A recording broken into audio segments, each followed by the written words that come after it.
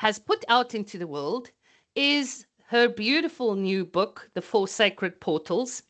But Roxanne has also been the author of many other books, and one or two of them, but specifically the book called Deep Coaching Using the Enneagram, which she published way back, I think, in 2007, was one of the seminal books that I started working with very early in my own journey with the Enneagram. And it felt like she was a silent companion in my learning and world long before we actually met within the broader Enneagram community. So it is with great joy that I invite Roxanne into the space.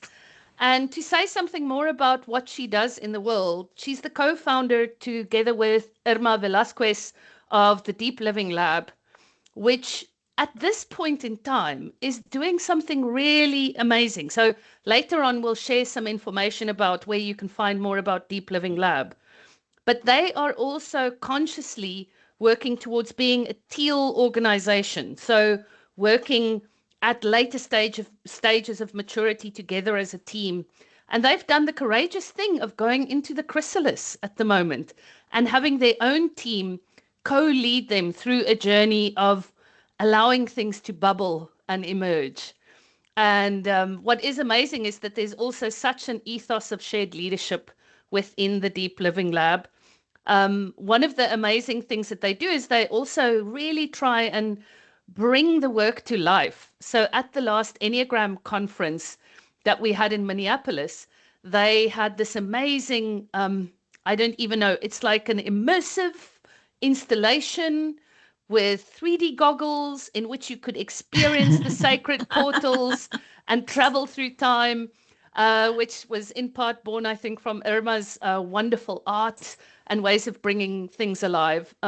So I've not only read the Sacred Portals book, I've been inside the Sacred Portals, which is really wonderful. So with that, I think it's important to just welcome you into the space, Roxanne. We're so blessed to have you here with the Aephoria community today. Thank you so much, Lucille. And I feel blessed as well. I've been watching people as they're coming in and seeing. I know that there's so much more to you than what shows up on the screen. And I'm just delighted. I've heard about your community, and I feel privileged to be here. So thank you so much. And what a great way to start. So energizing, right? I was dancing here in my chair. Yeah. And so, as always, when we're talking about the four sacred portals today, we're going to talk about Roxanne's book. We're going to be in conversation with each other here. Just a reminder, it is so much nicer to have humans on the screen than just initials. So if you are in a place where you can switch your video on, please do so.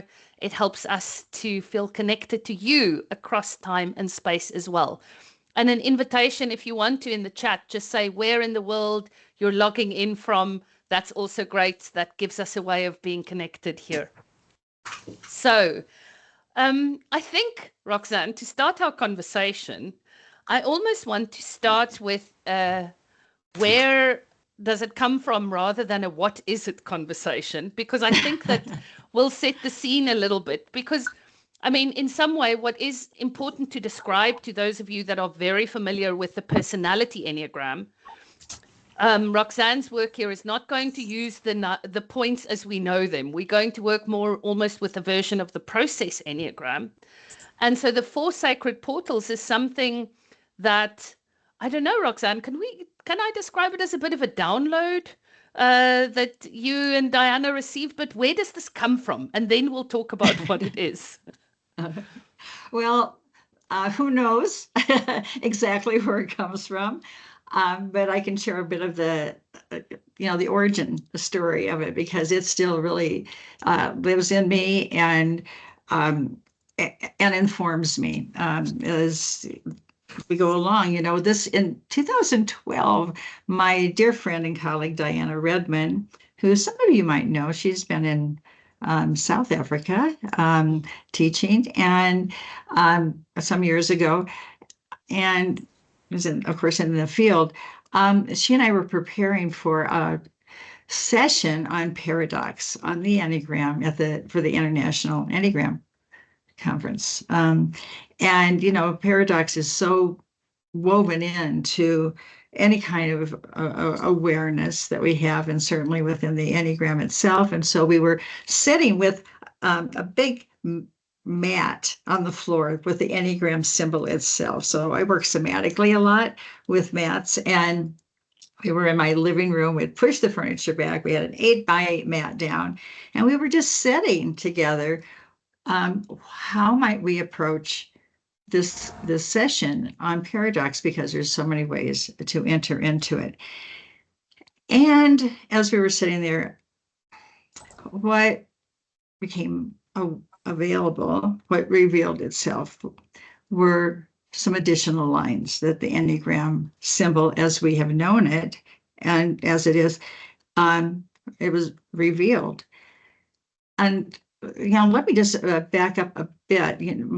Some of you may know how important the number 9 is, and the 9ness in the Enneagram world and in the Enneagram symbol itself. And so 9 shows up not only with the 9 points, but in terms of sacred numerology, when 2 numbers or more are added together, and then they equal a third number, which might have 2 digits. For example, like let's say 891, the 3 numbers, the 3 types in the belly center, that equals 18. And if you add the 1 and the 8 together, you get 9. And this happens in so many ways in the Enneagram. It's just phenomenal. And so that became important, just having that knowledge about the fundamental aspect of 9. So one of the lines that came available that revealed itself, and I don't know, it was a download. And there was a line between the 4 and the 5, or if you look from the left to the right, the 5 and the 4. What's that? Right? And then, oh my gosh, look at that. 5 and 4 equals 9. Does that mean something? I don't know. And then, of course, there's already a line between the 6 and the 3 through the inner triangle. That's 9. Oh, a line was revealed between the 7 and the 2. Oh, that's 9.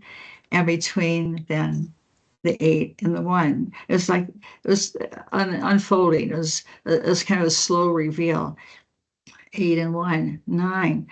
So here we had 9 showing up again with these horizontal lines, not knowing what that meant at all. And what about the 9 at the top? Is it just sitting there? And then, there's a line between the 9 and that place called the void in between the 5 and the 4 at the bottom of the Enneagram symbol. The void is a 0. So we had 9 and 0. So we have another 9. So, Charisse, if you could put up the slide 1, which is just the Enne crossing symbol itself, and you'll see what this looks like.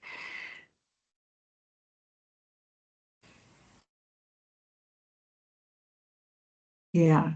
So you can see here, well, just take this in for a moment.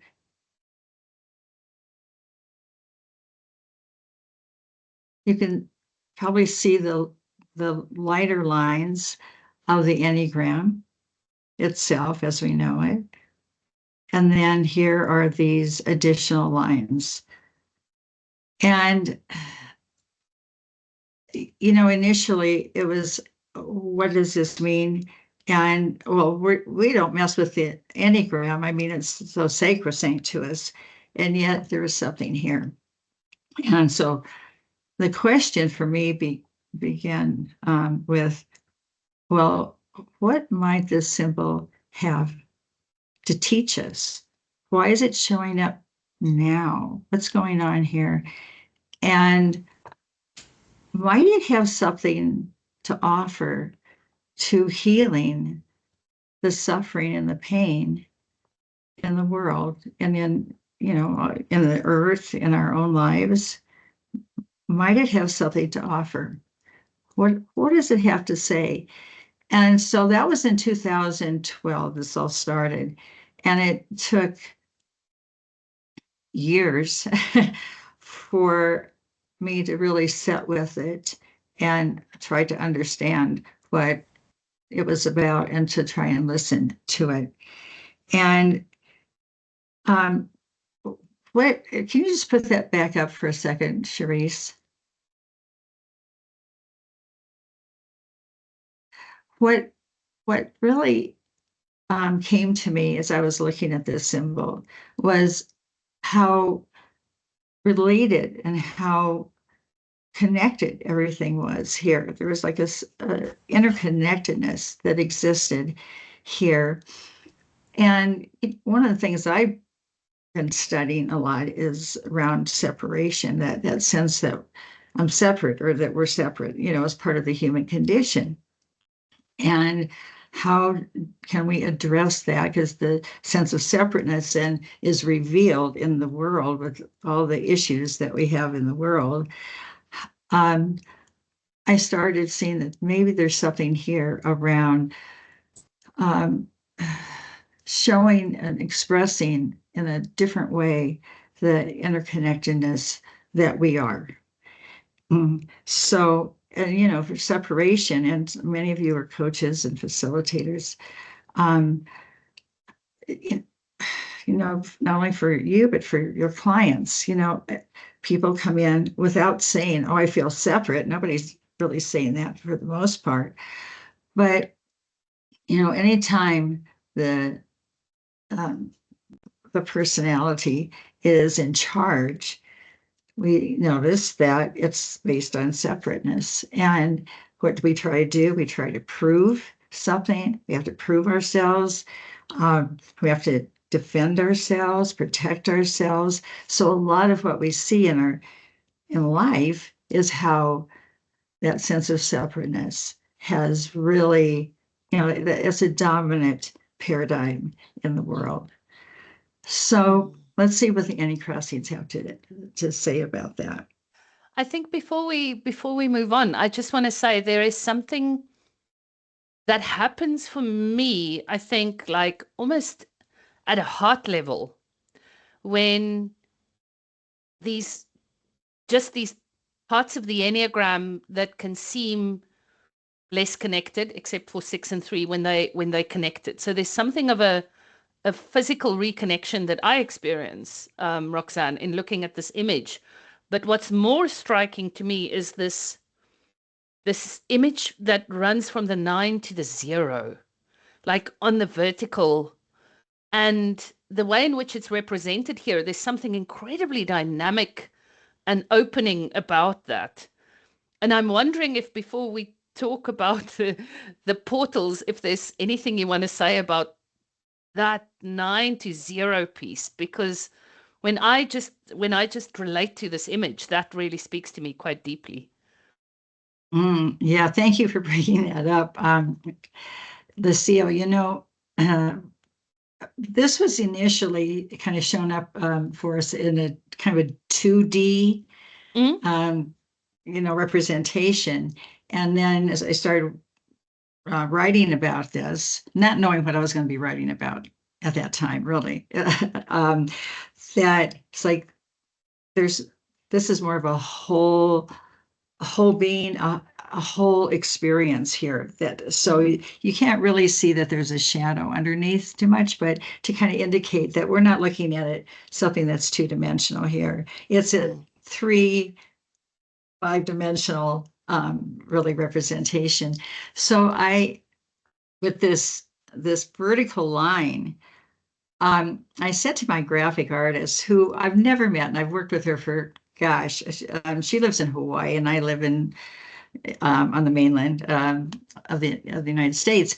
I said, gosh, Isa, I'm looking for something, and I don't know, but I just feel like there's a dynamism to it, because there's something that's very powerful about this. she came up, without knowing this work, she came up with this symbol. Oh, wow. And it came up with the vertical Yeah. version, and also really created the kind of this multidimensional reflection. And I was really, I was astounded by it. And Diana, when she saw it, she said, well, it's Hindu. And she said, because she has a Hindu background and the training. And so this interweaving of the channels of life from the nine. And of course, this goes up beyond the symbol itself, and then down below into the void, goes down further.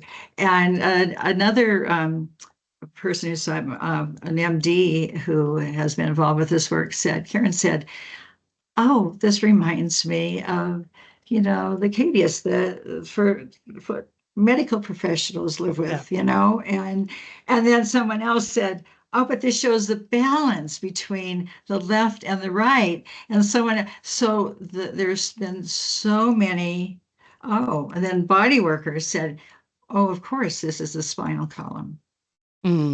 Beautiful. So all these different reflections coming in, and we're going to talk about the relationship between the vertical and horizontal lines in just a moment. But I can tell you more now about this than, of course, early on. One of the things that lives with me is that I was in the unknown, completely in the unknown, as I was trying to learn about it and write about it. And what I know that you focus on a lot too is just deeply listening. What does it want to share? What does it want to express in the world? And even since this book has been published, I think we're seeing more that it wants to reveal. So I feel like this is a very alive and dynamic. It's more than a symbol, and we're going to see that really this lives within us. So.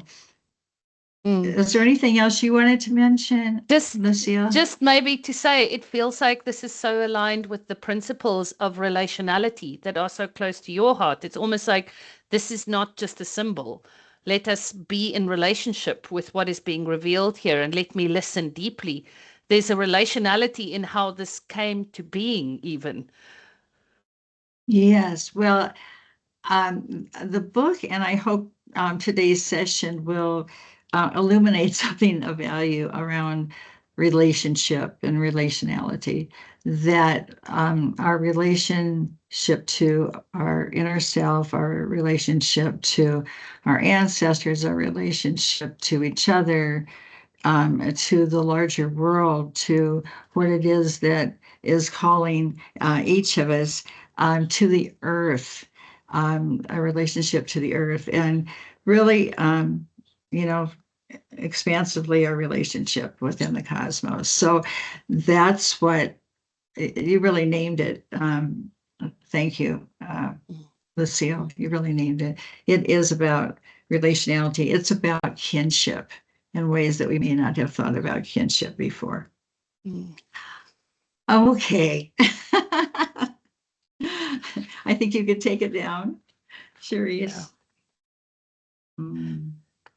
So where do you want to go in this conversation? There's something about the vertical and the horizontal that feels like it wants to open here for us as we relate it to that beautiful vertical energy piece from 9 to the void at 0. So tell us more about that, because that's part of the book that I really loved is this idea of the convergence between the infinite and the finite in some way, and how you represent that and how that lands somehow in me here. But do you want to share a bit more about the vertical and the horizontal planes that you have been in relationship with?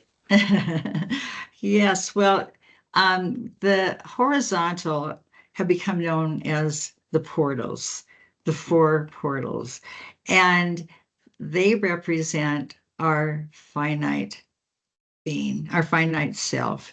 And we all know quite a bit about the finite in life. That's what's most dominant in many of our cultures. And the finite being linear, the finite being about content stories, about our ego lives in the finite. Um, our the inner critic, our relationship to the inner critic, kind of the material world, and what reinforces us in this society is primarily in this finite dimension. So again, I didn't realize when this image came forward that that's what this was going to be about, that there's a relationship between our finite, two fundamental dimensions that we all share, our finite, and then the vertical is our infinite self. So we all, it's the finite. And I know if you're working with clients and just relating to, other people, that often if clients are coming to you or you're going to work with them in an organization, that many of the issues that come up are in the finite, seem to be in the finite realm. And what I have found is that when people realize, oh, there's a second dimension that I sometimes forget about or haven't really realized, haven't really embraced, and that's the infinite. So the finite, is more of our visible, tangible. The infinite, oh, that's the expansive, that's presence, that's the unknown, that's the mystery of life. That is our being. This is where our being, our soul, is represented, while the infinite is more of a way of becoming. I want to say about the infinite, or about the finite, is that we're here on this earth, so we're finite. We are here on a finite earth. So it's a very important part of our dimensionality, right? And it's also represents that we do not have to be stuck, that we are always in the process, or can be in the process of becoming. In fact, we are becoming at every moment. We just don't maybe name it and what that becoming is. The infinite is our being. So our becoming and our being dimensions. And this also represents it. Infinite also represents, our potentiality and the invisible and the unknown, unconditional love, the most expansive qualities that live within us and that are beyond us. And, these are in our body. And so I think it would be, let's just explore how these are in our body. So I would invite you, if you want to stand or stay seated, but sometimes it's easier to stand. Just put this up a little bit. To put your arms out to your side, straight out to your side. And you could feel your feet on the ground and that your whole body is here. But this is our finite, represents a finite within us. And just feeling into that.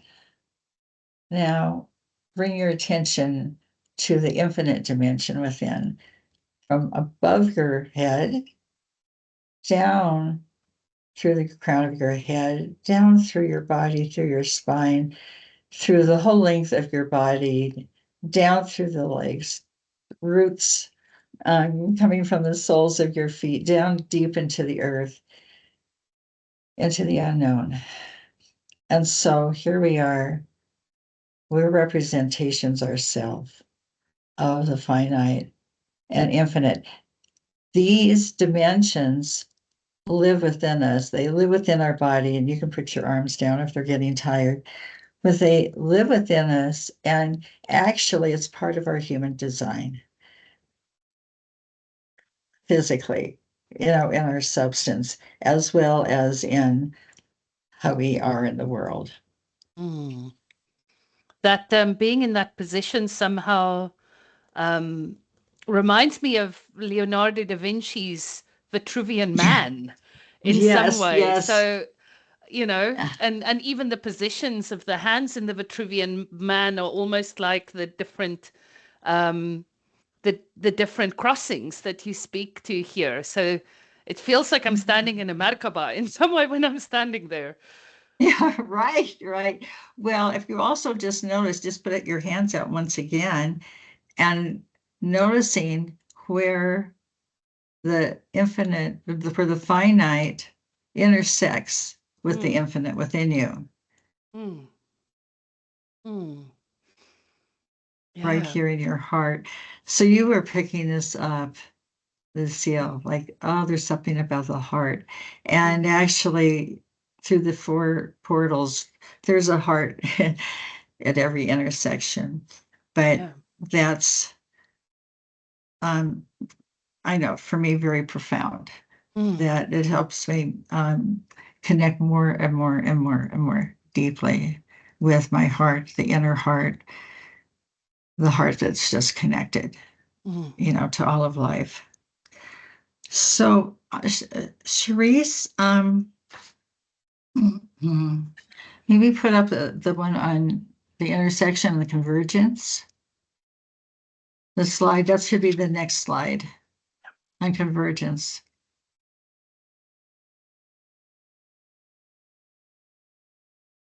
And there you go. There we go. Yeah, Yeah. that's So it. we got it. That's a cross. It is the shape of a cross. Oh It is the gosh, you shape can of a hear cross. me. Yes, we Yeah. can hear you. Someone needed to really say that. I don't know who that was, but Yes. we'll continue on. Yes. So Ennea crossings, right, is where that actually came from. And you'll notice that there's kind of a sunburst in the center of that. And that area, and it's not just one point, but as human beings, we have both. And we wouldn't be here on this earth if we weren't meant to be enacting and embodying something of value for us and perhaps beyond us. And that um, that being is always, this present moment is always here. So that sunburst represents what is called convergence, that we are both. And what is the relationship? There's a dynamic relationship between these two dimensions. And you'll see there's four of these within the Any Crossings itself. But just looking at what does that dynamism feel like for you? When might you be most aware of it? One of the times I can be very aware of that dynamism is sitting in silence, sitting in meditation, and I get, deepen in, and then boop, I might pop out, and oh my God, I forgot to make that phone call, or something else is needed. I need to do something else, whatever it is. Coming back. So some of you might know about that place of deepening in and then coming out, deepening in, coming out. So that's one of the ways that um, these dimensions can show their relationship to one another. Excuse me. One of my favorite Sufi writers um, has said that the relationship between these two is that the finite is finding its proper relationship to our infinite nature. So it's Kabir Homensky who said that. And I've always loved that the finite finds its proper relationship, its right relationship, Mm, not as in right and wrong, but just how do I embrace both of these dimensions within myself? And again, I have found that in leading groups, retreats, working with clients, that when I ask, well, you're making a decision, what would that decision look like if it was coming just from the finite? Mm. Mm. Okay. What would that decision look like if it was coming from the infinite? Mm. And often it's like, I don't know. What would it look like if it's coming from a place of convergence where you're embracing both? Yeah. And it takes a lot of the edge off of issues that can be difficult. So, that's a piece that you might consider as you're exploring this work more. So I would let me just mention a few of the characteristics. So typically, when we are embracing more both, we're less ego defined, we're less type defined. We're more connected to our center. We have more choice. We have more choice in terms of the kinds of in terms of how we're living. Synchronicities show up. Our personality-based identity is just less relevant. There's less to defend, less to prove, less to promote about ourselves, So there's a lot of surrendering that takes place as we move. And imagine that part of this process is, if you're looking at both ends of the finite, that we're orienting toward convergence. So it's imagining this as a tunnel, and we go through this tunnel for each portal that shows us, there's potentiality here. I don't know what it is, but the potentiality, and there's more capacity related to each of these portals. And to recognize or experience that in this tunnel, there's going to be some boulders, there's going to be some interferences, there's going to be some places where a little bit of light's coming in that tunnel and kind of blinds me. There's going to be places that I haven't known about myself yet. And what gets in the way, and what magnetizes us to the finite, and what magnetizes us to our convergent experience. I love how in the book you speak of the finite experience as the grit of life, and then like the grace of being in convergence. Yeah. So Yes. it's like we know what it feels like to be so in the physical plane, so in the finite. It's so magnetic. The world is like trying to pull us into horizontality, and we have to be there because otherwise we can't exist, right? That's right. So how do we work with the grit of life, and maybe through the different practices that connect us to the infinite, to allow the grace of that convergence to be alive within us? I'm trying to, like, the verbs are interesting for me in trying to work with this work, because we don't make convergence happen. We don't grasp for it, right? There's something of a surrender that we can experience here. And yet there are some things that can, there are some choices we can make, like when we're sitting, to come back to the practice. There's a discipline as well. It's not just surrender. There's a discipline that pulls us into relationship with the infinite too. Yeah, and an awareness, And I think the grace is a wonderful word, to give ourselves grace, allow ourselves grace for the places we haven't seen in ourselves, that, maybe I don't need to hold on to this any longer. you know, or maybe maybe there's something here to be addressed and to be worked through and healed, or just to be with and in letting it soften and to doing that without the critic, you know, without the inner critic trying to take over, which it often, you know, is its way.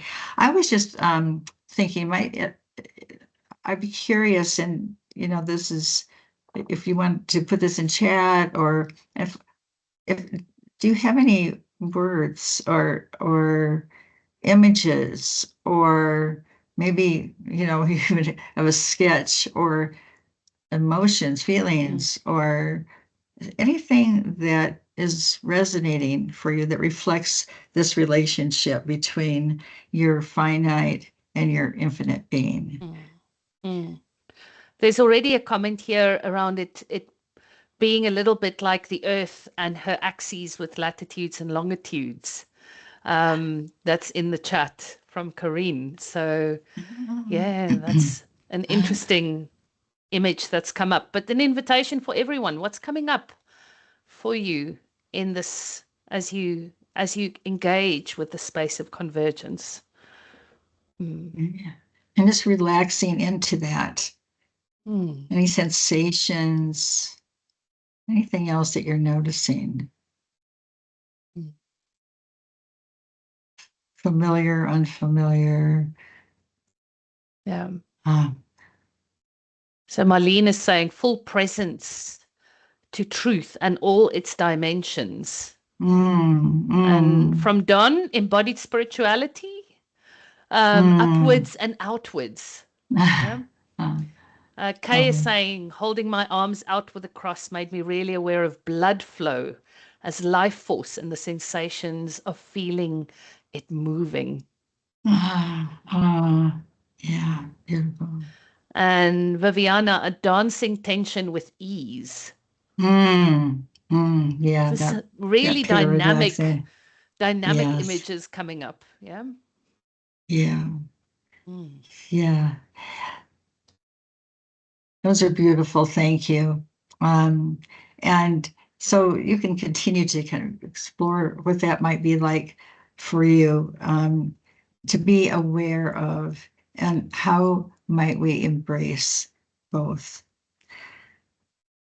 So let's move into actually talking about the portals. And again, each portal is a representation of the finite, of that becoming and that movement toward convergence. So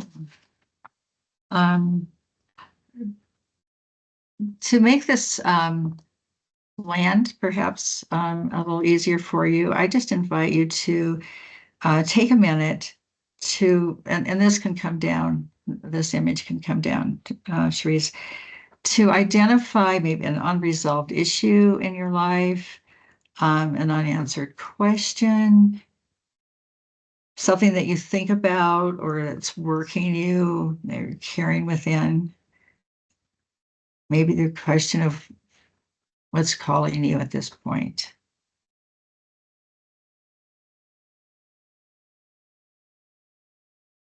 And this is just for you. You don't need to be sharing this, but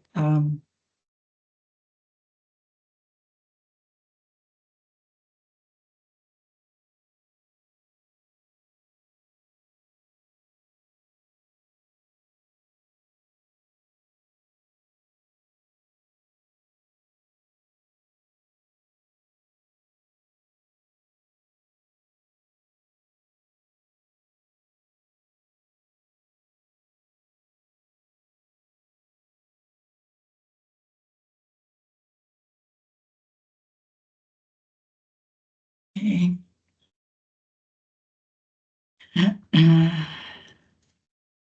And as you're ready, Cherise, could you put up the slide, which would be, I think, number 3 on sacred holding?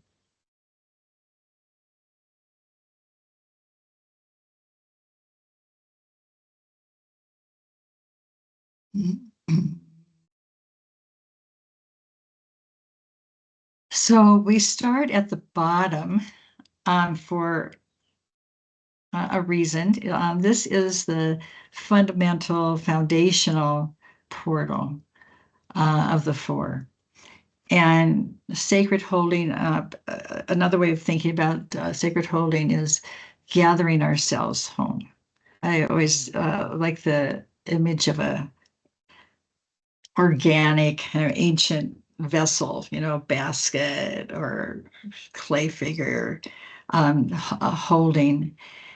So sacred holding, and you can see it says cultivating an internally sourced direct experience of safety, love, and belonging to yourself and the earth.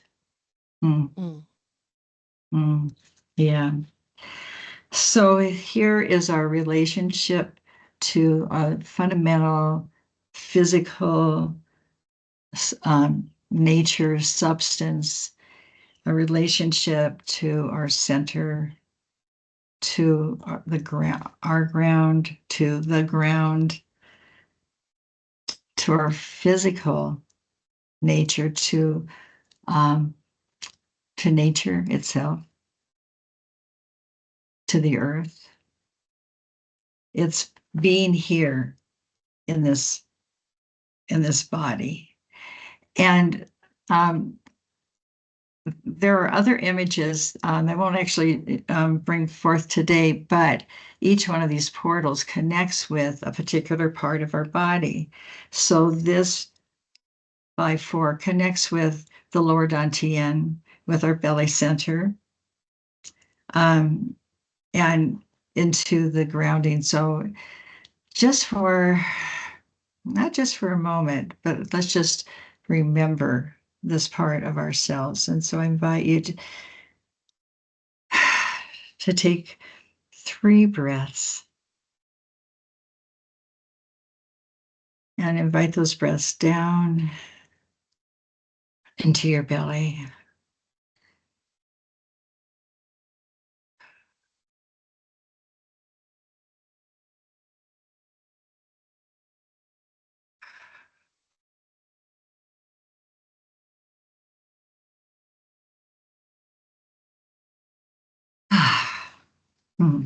Thank you. So this center, this portal addresses staying with ourselves, coming back to ourselves, coming home to ourselves. And you'll notice that it connects the 5 and the 4. And so this isn't so much about type 5 and type 4, it's about these points that are universal within all of us. That's one of the things I love about this symbol is its universal application. It's not just about and I say just, but it's not about the type itself, although there's an influence in terms of the themes, underlying themes of the points. But this is not about, not related in any way to typing. So I imagine that at least I know a lot about leaving myself. And I imagine many of you know about that as well, how you leave yourself.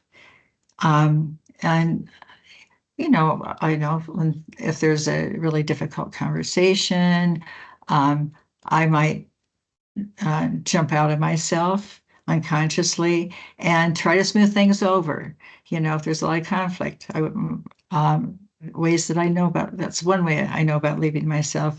But there's many ways of trying to ascertain what people around us are looking for from us. What do they want me to be? How do I show up for them? How do I show up as my best? How do I, or do I connect at all? Do I hide and try to not be here, not be visible? So this is the beginning of these portals actually form a pathway from staying connected to ourselves through engaging in life with presence, meeting what's calling us in the world. So the question is, well, why do we leave ourselves so easily? And, developmental psychology tells us a lot about this. When we are in our early stages of life, we are not able to take care of ourselves. We are very dependent on others. We have to have, food. We have to be cleaned up. We have to be, hopefully we're nourished and nurtured in some way. Perhaps this is a source of love or wanting to be loved. But we're not able to do that for ourselves. We don't have the capacity for that. So our whole being becomes entrained in looking outside of ourselves for security. Mm. If something's scary, who can help me be safe? I, desire for love, to be nurtured, be taken care of. Who do we look to for that? That sense of belonging. How do I get a sense of belonging? I have to look outside of myself. And so from the very earliest stages, until we begin to see how it is affecting our life, when we're looking to the other to reaffirm us, to confirm that we're here, to confirm that we have value or worth, to confirm that, oh yeah, you're lovable, to confirm that, yeah, I'll take care of you. You're safe here. You're safe here. So of course we look outside of ourselves, and did that person give us an affirmative nod? Like, oh yeah, okay. Did somebody praise us? Did our friends, when we're, in teenagers, did they want to hang out with us? Having a sense of belonging. As adults, how do I try and get that sense of belonging? We continue looking unconsciously. So it's not like a judgment. It's just what humans tend to do. So the focus here is, how do we return to ourselves?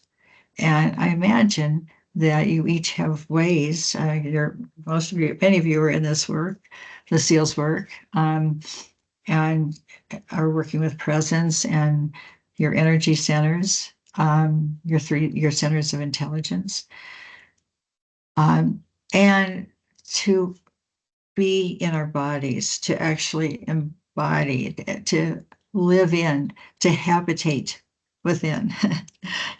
We're habitating, we're taking up residence within. And then in our relationship to the earth, our relationship to earth. So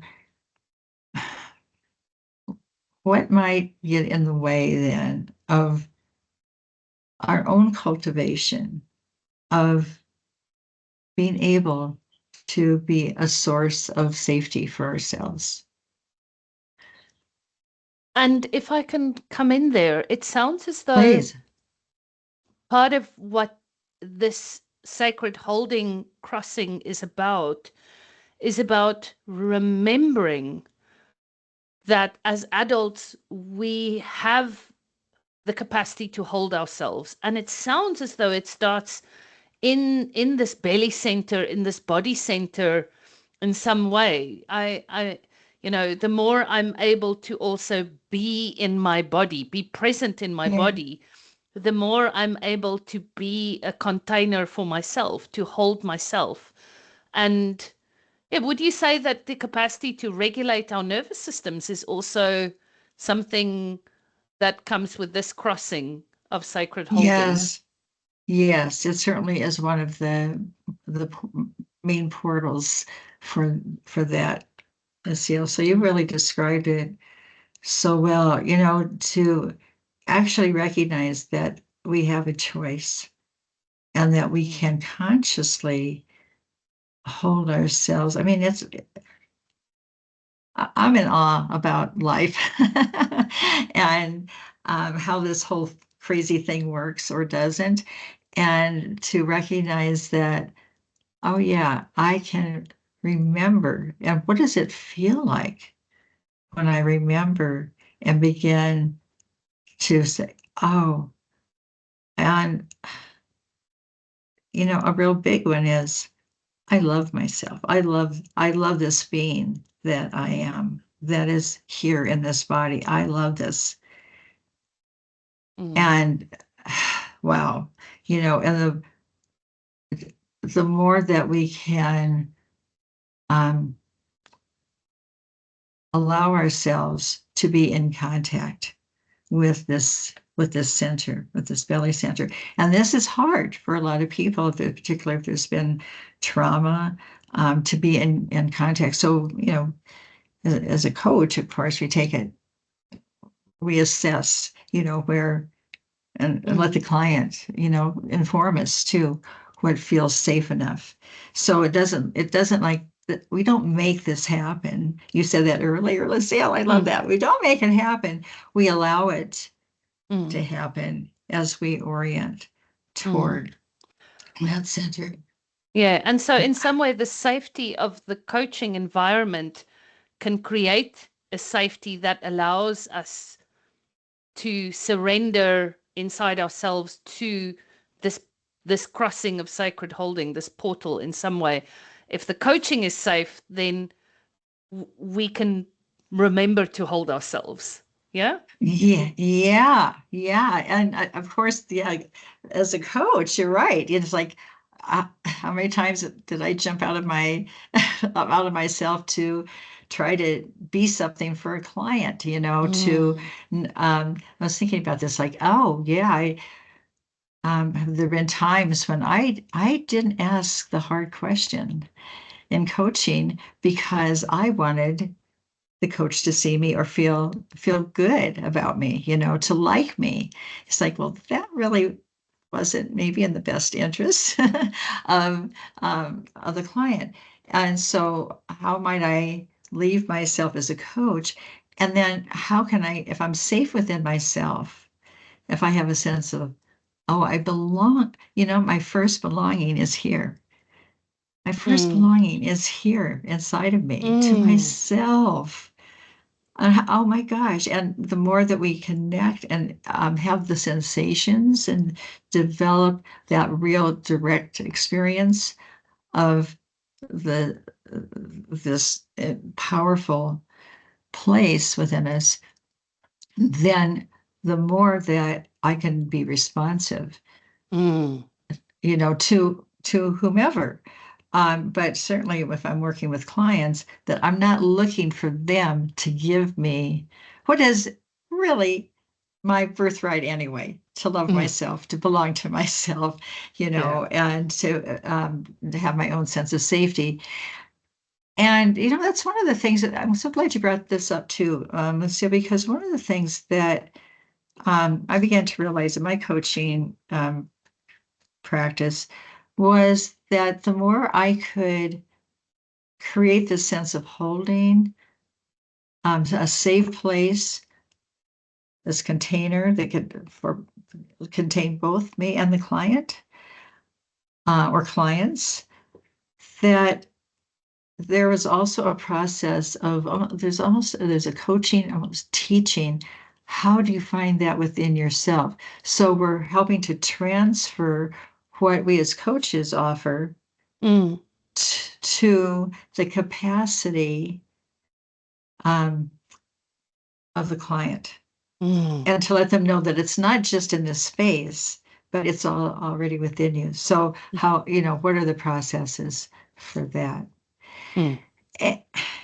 And holding is, it's kind of a hard thing to grasp, I think, and holding ourselves, but we are always holding ourselves, and our bodies are holding us in a certain way. And yeah, I think we could do this. Let me just, where are we? Yeah, well, this is good. Let's do a little exercise together. If you would put that slide down, please. Cherise, thank you. Okay, so there's different ways that our bodies hold us unconsciously. We might not even think about it. So actually, I think it does help to stand for this. If you you just invite you to stand if you would like. You can do this sitting as well, but I think it's good to stand. So our body has certain patterns, and we end up, it feels like the way we hold ourselves, and some of you probably have done a lot of somatic work, so some of this may feel somewhat familiar, but we hold ourselves in a way that just feels like natural, kind of feels like what our personality type can feel like. Oh, this is just how I am. This is just how I do it. And so the more that we can become aware of that, of the patterns. So we're not going to go through a lot of patterns, but maybe 3 or 4. And let's just start by, planting your feet on the ground. A little distance between them. Allow yourself just to invite yourself into your own space, into your own body. And if there's anything that needs to be shaken out right now, you can do that. Loosen up. Okay. Okay, so one of the patterns for holding ourselves is and let me just say, some of these patterns will feel very familiar. Some will feel like, I don't do that, but just try it out anyway. How do I hold myself back? How do I hold myself back? What would that pattern look like? And for me, it's bringing one foot behind the other. And then I'm using my hands. It's like I'm kind of holding myself back by creating distance between whatever is in front of me and my chest, my body.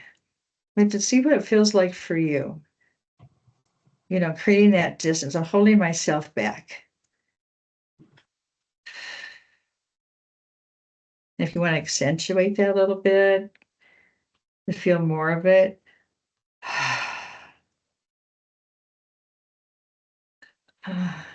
Yeah. I might turn away, might not have contact.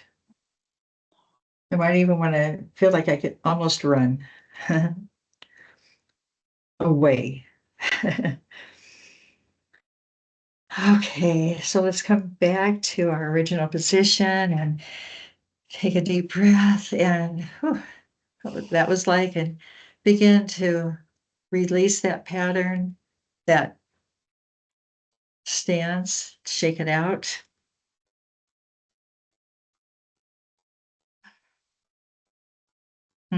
Okay, next one.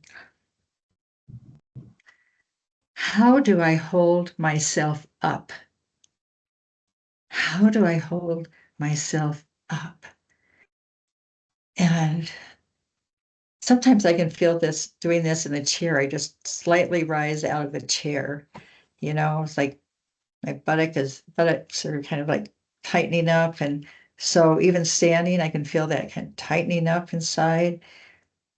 Constriction, I'm holding up. What am I holding up? I might be trying to hold up myself. I might be trying to hold up a group.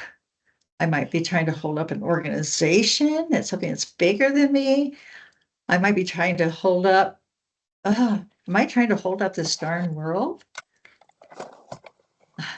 I've had clients say that to me. That's what I'm responsible for holding up the world, making everything okay. Just feel the tension, the tightness in your body. I'm really feeling it in my arms, that holding up and that clenching. I think it's time to release.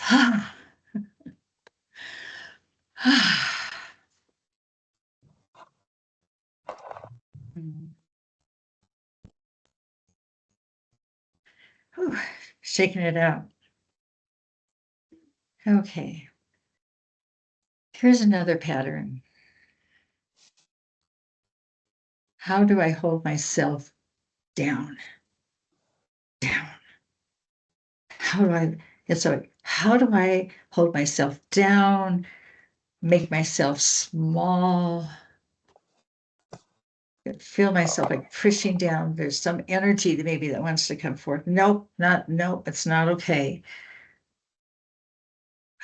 How does that show up in your body? How do I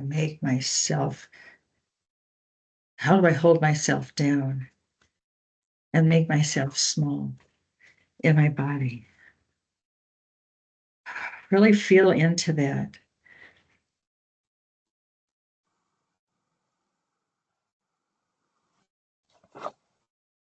Mm, mm.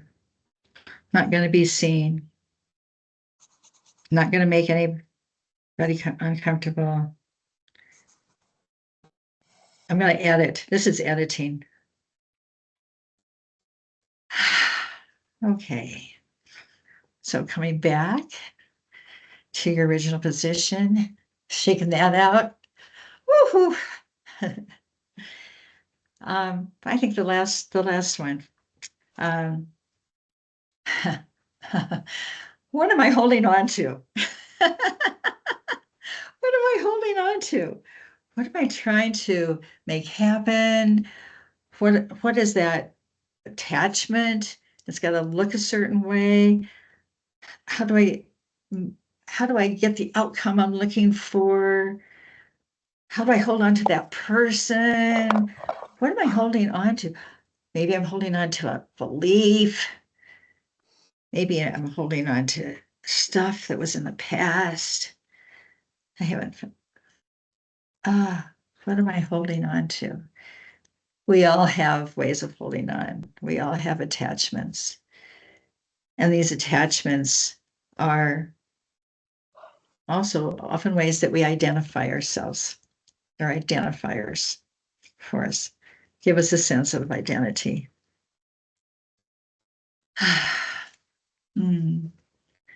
Now coming back, just coming back to this moment, and I'll ask, what is it like just to simply hold yourself? Notice where your hands might go to experience that you're holding yourself. I have one on my belly, one on over my heart space. What does it feel like? Nothing to make happen here. Nothing to prove, nothing to defend.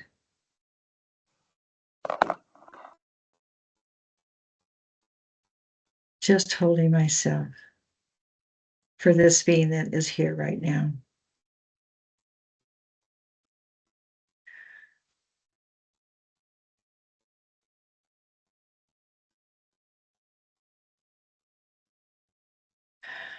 Thank you. Mm.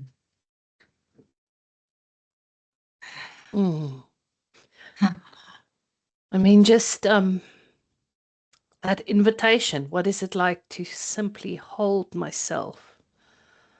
I mean, immediately I felt tears.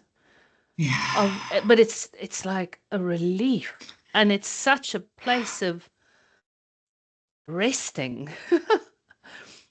I really like from this, like, oh, so many things, like this magnetic world. I'm holding back, I'm holding up, I'm holding down, I'm holding on, and then just like, oh,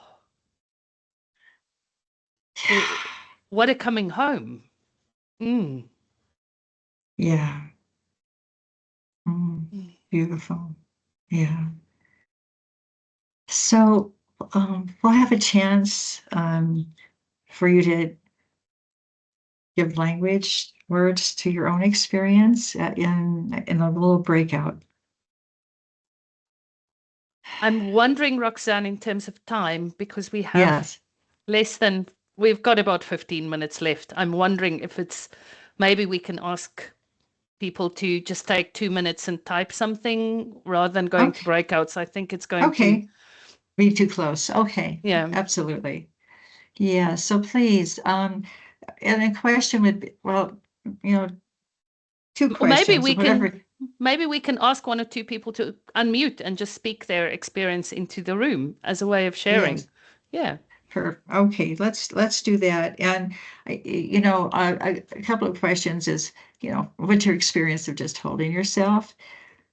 Or you might ask, and this might go into the chat, what do you notice about the experience of your body's patterns of holding? What's familiar to you? What is, like, maybe some ahas came up for you. Yes, so good. So Shall we if go ahead? if there is anyone that wants to, let's just hear maybe from one or two voices. Anyone who wants to comment on that, what was it like to simply hold yourself, or what was familiar of your experience of your body's patterns of holding? Feel free to raise your hand to indicate that you want to share into the room. And you can just unmute and come in. Marlene? Thanks. Yes, Lucille, and Roxanne, as I was so surprised as to how much holding back, holding on, holding down, such hard work. And there was such freedom and relief in just being able to just be and to recognize there's no need for all this hard work around holding. Yeah. Thank you. Yeah, it's an effort, but it becomes so ingrained. And then recognizing, oh, it maybe doesn't have to be this way. Thank you. That was beautiful, Marlene. Anyone else who'd like to share? Anything else that was familiar or that you noticed in the patterns there for yourself?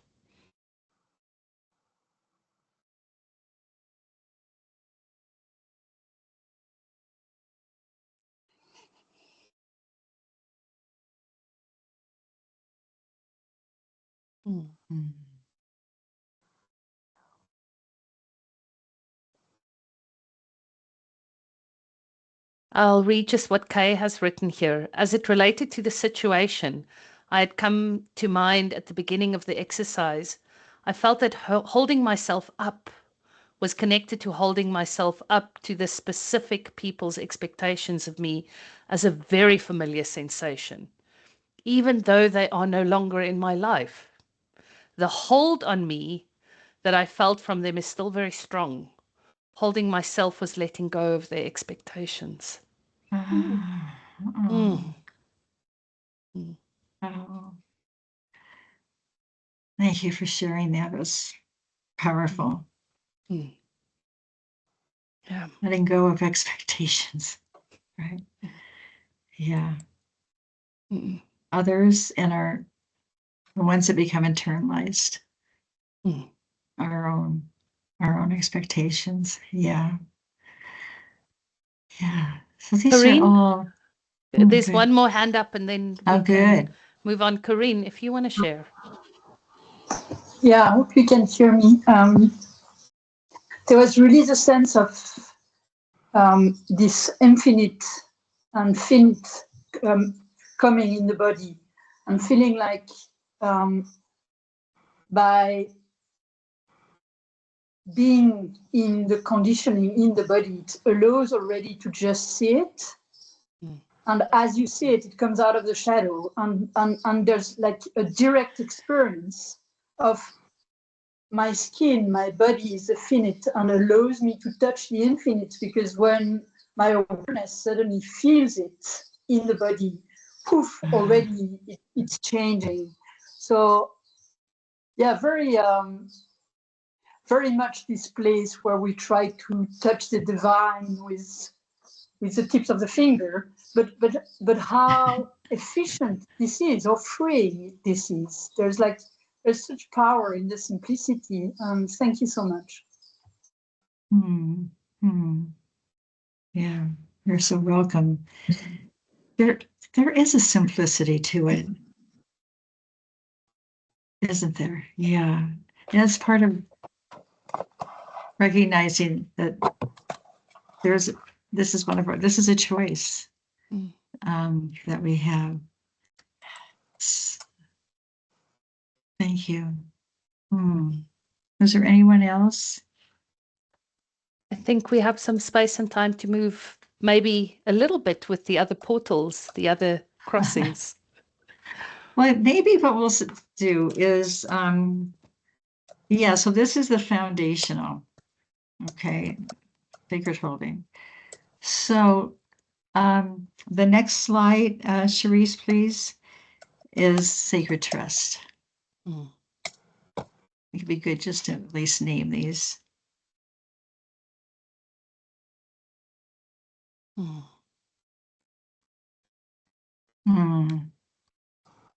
Yeah, there we go. Yeah, so you can see the 6 and the 3. And, this is our relationship really to trust, to life's unfolding.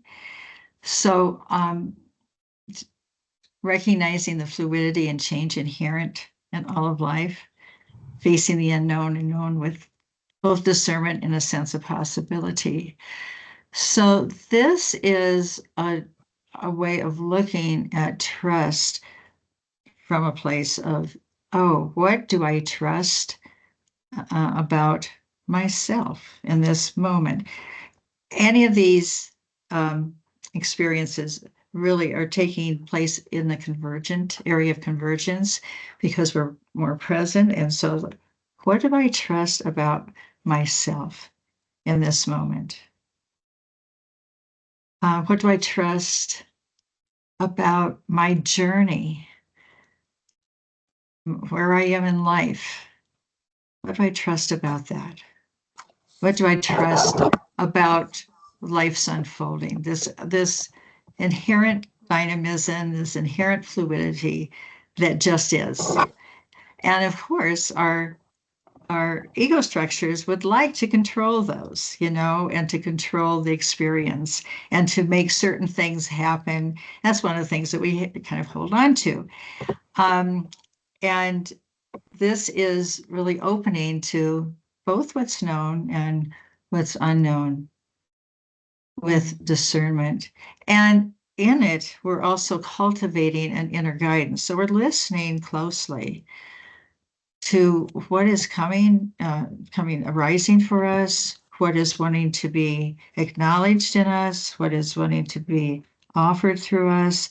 We're attuning. I love music, and I have a cello, which I haven't played for quite a long time, but it's like, tuning the cello or any stringed instrument really to the resonance, what resonates with me internally, what is most true for me. Now, sacred holding and sacred trust are so interconnected because sacred with a greater sense of holding, sacred holding, it is easier to come into contact with what I trust about myself. Mm. I'm already more in contact. This, by the way, is crosses what called the upper belly or the solar plexus area. And so, this is a place of also, allowing what is allowing my inner resonance or lack of resonance in situations to be noticed. For example, we say, I knew in my gut that it was not a good place for me to be, or this would not be a good decision. I overrode it, however. How often, has that happened? So this is a development of looking at where we feel maybe inadequate. We haven't connected with our own sense of inner power, not power over, but just our inner power. And the more that we trust ourselves, the greater the holding will be. So these two are very intertwined and really reinforce and support one another. Mm. Let's go. This is quick. This is a quick run through, but just feel into that. It feels As like we, such a foundational crossing to work with at this time as well. Like we have to be able to hold ourselves to find trust that where we are in this path and where we are in this world that seems to make less and less sense in some kind of way, that like this is, I can feel fear here in my solar plexus energy quite often when I'm just in the finite world and I'm not in that place of convergence with the infinite, because the world is so scary at the moment. Yeah, yeah. And we can really get pulled off center Yeah. by that as well.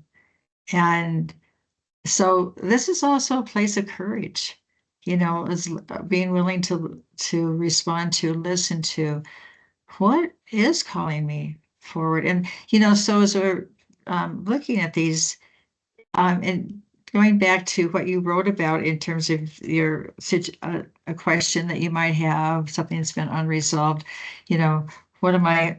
You can ask some questions around sacred holding. You can ask, is there something I'm trying to control? Sacred trust. Is there something that I trust in myself? Is there something that I trust about this moment? Is there something I trust even though I don't know what the next step is? Because that's it. We are so much in the unknown. We always are. We always have been.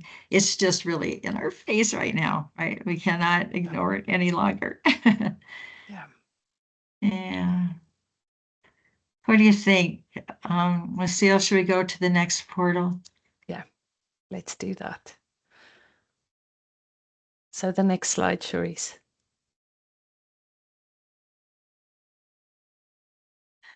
Sacred connectedness. Yeah. So you'll see that this actually is our finite and infinite natures intersecting here in the heart. So this is attuning to the heart's wisdom, and being in connection and being in relationship to our heart, which allows us then to be in relationship to what's happening here to others. So it's really acknowledging the tenderness and the vulnerability that is within the heart. Yeah, yeah. And so as we're recognizing, we're in this unknown, how is it that I connect to my own heart and its depth of wisdom, its truth, my truth about this moment, and opening to the inherent kinship with all of life, with compassion, joy, and love. And this isn't, mushy love. This could be pretty tough love as well as tender. But for me, this really recognizes the relationship with every, with everything, with my internal nature, with nature, with others that are different than me, that have different ideas than me. Hard work sometimes to stay in that connection with my truth. It may not be your truth, but what's true for me. And, an expansiveness of heart. And perhaps putting your hands on your heart right now, just to sense into this precious portal.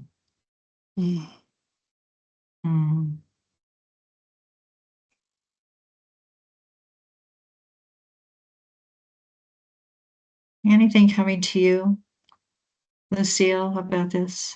I think this for me is part of the crossing that places us in right relationship with everything around us, right? It's like remembering where we are in the web of life, remembering that we are part of nature. We're not above it or separate from it. So it's my relationship with the rocks and the sunshine and the birds And the rain that just started falling here. As you started Ah, speaking of this, the rain started falling on the roof. ah, And ah. so it's an inner connectedness, but it's also a connection with the more than human kin in many ways Yes. in this portal. And there's such a tenderness when we remember that. Mm. Yeah. Such a humility as well. Mhm. Yeah. So this is a more expansive portal Mm. in some ways. Yeah. As you've mentioned, it expands it to, oh, I'm here as part of all, and I am it as well. Mm. I am all of this. Yeah. And how do I perceive? Mm. How do I perceive Yeah. what I have thought of as the other, And then, Okay. Roxanne, I know we're almost out of time, so I want us to just finish off with the portals. And we have a couple of minutes literally before I think people will start dropping. So, Okay. Okay. So the next slide, please. Sacred engagement. Yeah, here we go. So this is really bringing the work that we've been doing through the other portals to apply them to this is a really, each of the portals have an integration that takes place, but particularly sacred engagement, because we're now paying attention to what is calling me, and participating in life from more of a sense of wholeness, interconnectedness, and attunement. So with all the things that are going on, we can't respond to everything. This could be the challenge, right? What is ours to respond to? What is calling you mm, to show up? So sacred engagement. So that's ultimately what this is about, is how do we show up in the world with our capacities that we've been connecting with, that are already within us, but now we're more attuned to and have allowed to reveal themselves and to live them through each of the portals. So we're more prepared for yeah. sacred engagement. Yeah. It's like all of this is in service of why our reasons for being in this body in this time, not just in service of ourselves, right? That's right. Yeah. And it's related to, a non-egoic sense of purpose. Like Yeah. what is really resonating? What can I not, if I ignore, I will feel that. I will feel that I've ignored it. There will be something that lands. But if I, so what do I call upon for the sacred engagement? And again, it sounds like it's cognitive.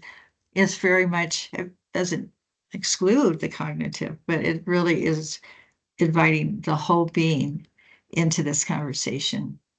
Mm. Mm. And this lives in the body in Oh, yes, well, this is so counterintuitive for the Enneagram world, but it goes in the third eye, head center, and it includes discernment, which is such a big piece of this, is discerning and um, allowing in whatever wants to come through me. So it's all this is really, I think, in support of our inner guidance, of our intuition, of our inner knowing, and then what helps to put that into action or non-action. Sometimes we move into action when it's not that action that's being asked for. Maybe it's our stillness that's being asked for. Yeah. Yeah. Yeah. Roxanne, sadly, our hour and a half has gone very quickly. It has. And so I have popped in the chat where people can connect with Deep Living Lab.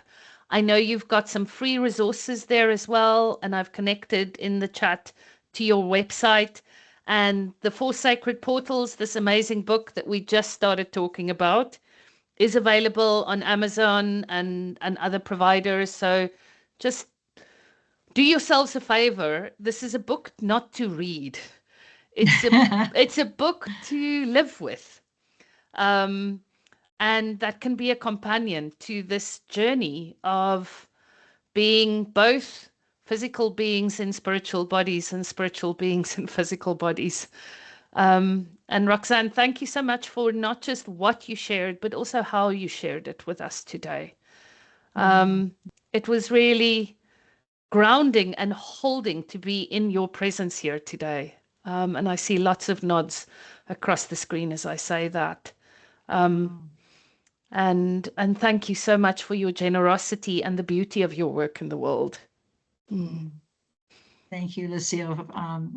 I love this opportunity to be with you all and to share this, but also to experience the shared field that we're in. And that's a real blessing for me as well. And I do invite you to my website, more information, but for the Deep Living Lab, you're going to find some really useful free resources and also find out more about our chrysalis.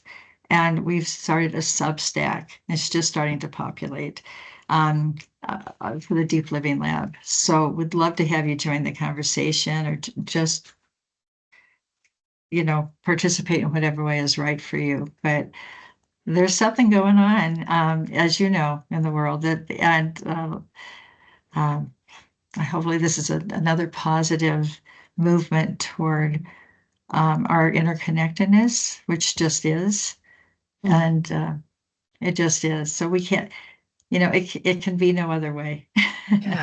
Yeah. And in service of that connectedness across time and space, I'm going to invite everyone to unmute themselves. Everyone unmute yourselves, and we are going to just express at the same time, with a beautiful noise and beautiful cacophony of sound, our gratitude and say both goodbye and love to each other. So let us bless the space with our voices. Thank you. Thank you. Thank you. Thank you so much. Thank you so much. See you later, alligators. Thank you. See you.